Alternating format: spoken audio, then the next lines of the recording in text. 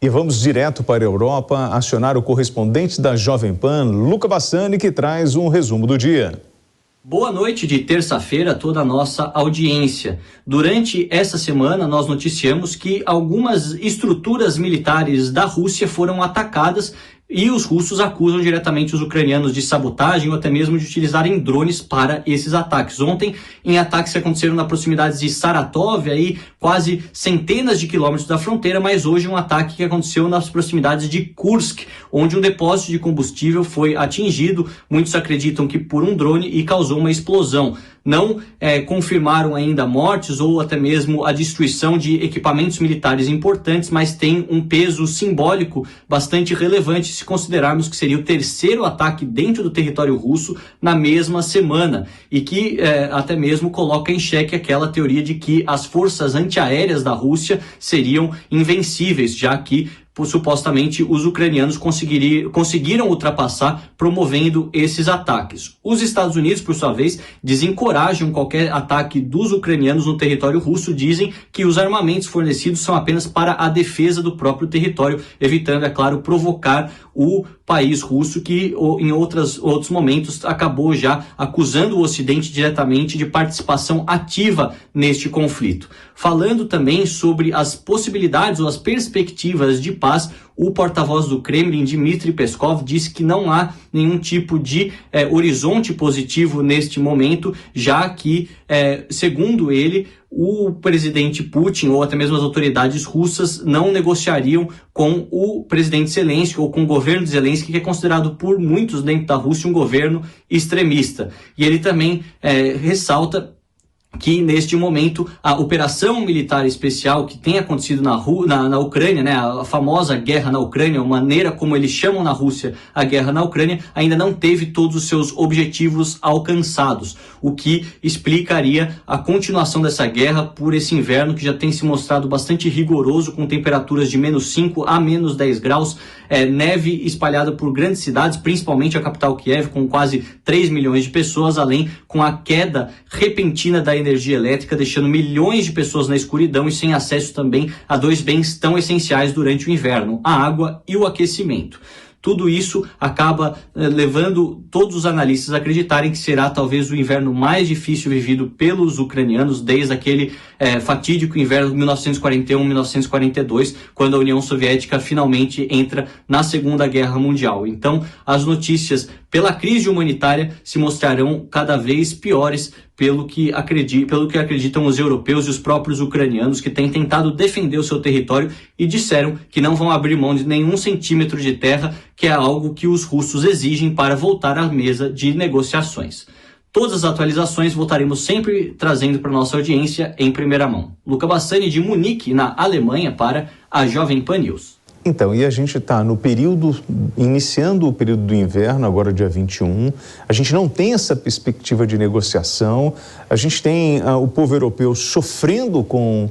a possibilidade da falta de energia. Por exemplo, Kawaguchi não conseguiu entrar hoje de novo,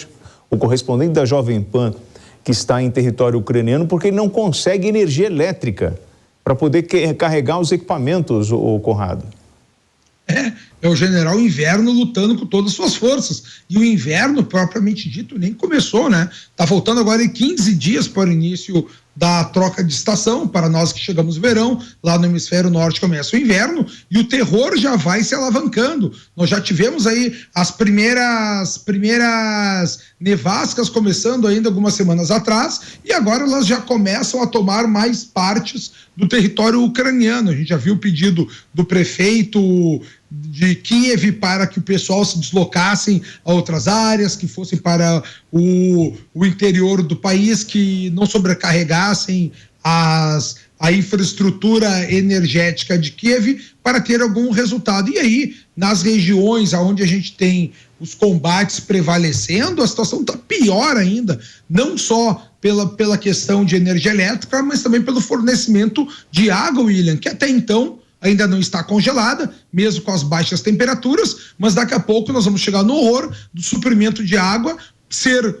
naturalmente cancelado pelo simples fato que ela vai se encontrar em estado sólido por conta das baixas temperaturas, e aí, com a água transformada em gelo, fica extremamente difícil, ainda mais sem energia, sem fogo, sem combustível, para derretê-lo e poder ter hidratação, poder ter higiene e até mesmo uma sobrevivência normal, mesmo diante do caos, né, impetrado aí por conta de toda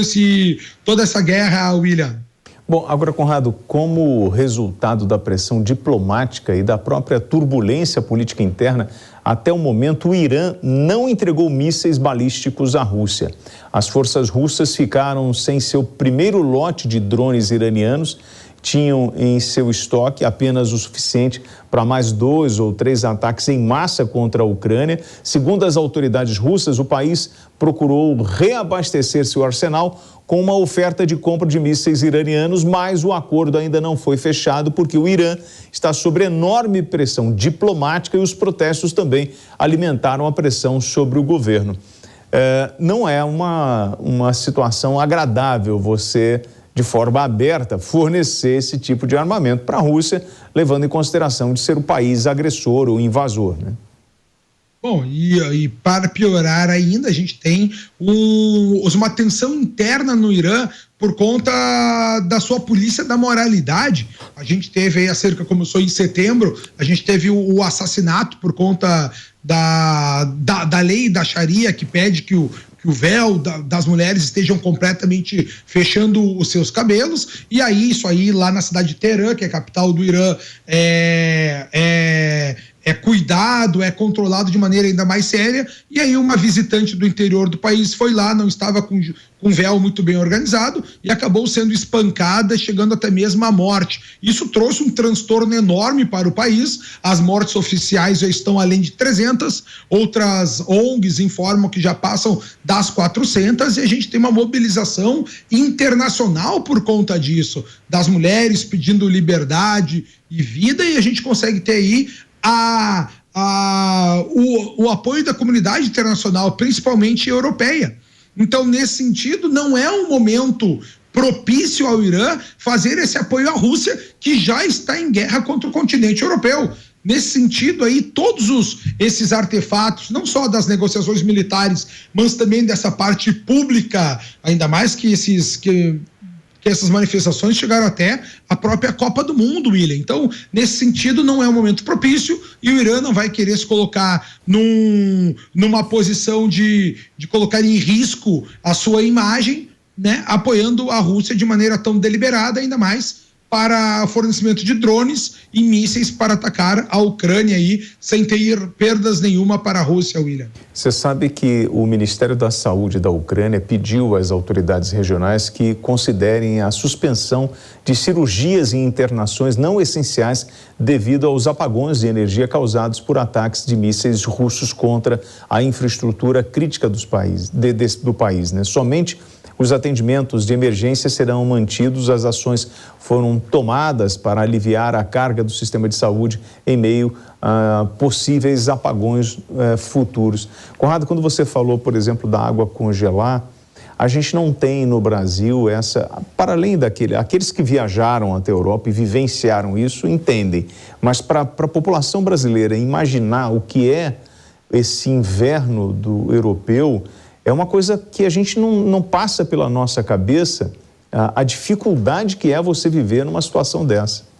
Imagina só, tem alguns dias do inverno que aqui no sul, os nossos encanamentos por conta das baixas temperaturas até estouram e formam belezas, né? Porque é um cano estourado, é muito bonito, tu no inverno em Gramado, São Francisco de Paula, vê um cano estourado, ele fica uma flor, chama muita atenção. Agora, isso não é bonito lá na guerra, não é bonito quando tem a tua família que tem que proteger, tem que se hidratar, são pessoas doentes, são crianças doentes, são velhos doentes, são idosos doentes, são pessoas que precisam de cuidados emergenciais. A guerra só fica pior, não à toa, por quanto de toda a história da Rússia, eles sempre se beneficiaram do general inverno. Foi assim lá contra Napoleão Bonaparte, foi assim contra os alemães na Batalha de Stalingrado. Então a gente tem que enxergar com olhos muito atentos todo esse horror que acaba se aproximando. E aí, como os europeus, principalmente dessa parte da Eslávia, já estão acostumados com essa realidade, eles já conseguem antecipar esses horrores e já começam aí também a fazer uma seleção de quais medidas de saúde eles podem tomar nesse período e quais elas têm que abrir mão. Mas um ponto que a gente tem, de alguma maneira, posso dizer positivo, William, é que já está ocorrendo a troca de prisioneiros entre Rússia e Ucrânia. Eles têm uma regra de 60 a 60, né? Entrega 60 prisioneiros e outro devolve 60. Isso aí eles vêm fazendo já durante algum período, mas agora pousou ontem o primeiro avião lá em Moscou com esses prisioneiros que assim que pese as imagens eles estarem todos quietos, alguns estavam sorridentes, alguns puderam ligar para suas famílias dizendo que podem se abraçar. E dessa mesma forma, os prisioneiros ucranianos também foram devolvidos às suas famílias. Por mais que a gente tenha horror dessa guerra toda, a gente tem um ou outro momento de alguma medida paliativa sendo contornado.